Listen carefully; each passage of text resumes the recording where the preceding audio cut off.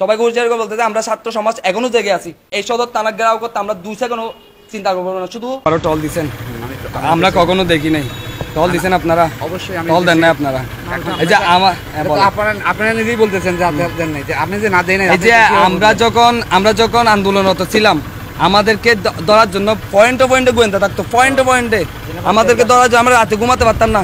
আজকে আমাদের কত ভাইয়ের স্বপ্ন আমরা কবর দিয়ে আসছি, তাদেরও অনেক স্বপ্ন ছিল।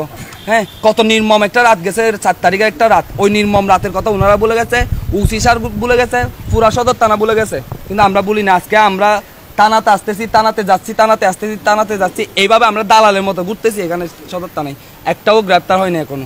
উসি স্পষ্ট বলছিল আমি মামলা করার পর অতি শীঘ্র তাদের যদি গ্রেপ্তার করতে না পারে হাতে ছুরি দিয়ে চলে যাবো, স্পষ্ট বলছিল। আমার মনে আছে যৌথ বাহিনীর গ্রেপ্তারের আগে যদি সদর থানার নেতৃত্বে গ্রেপ্তার না হয়, যৌথ বাহিনীর গ্রেপ্তারের আগে আমরা সবাইকে হুঁশিয়ারি করে বলতে চাই, আমরা ছাত্র সমাজ এখনো জেগে আছি। এই সদর থানা ঘেরাও করতে আমরা 2 সেকেন্ডও চিন্তা করবো না। শুধু সিনিয়র যারা আছে তাদের সাথে পরামর্শ করব।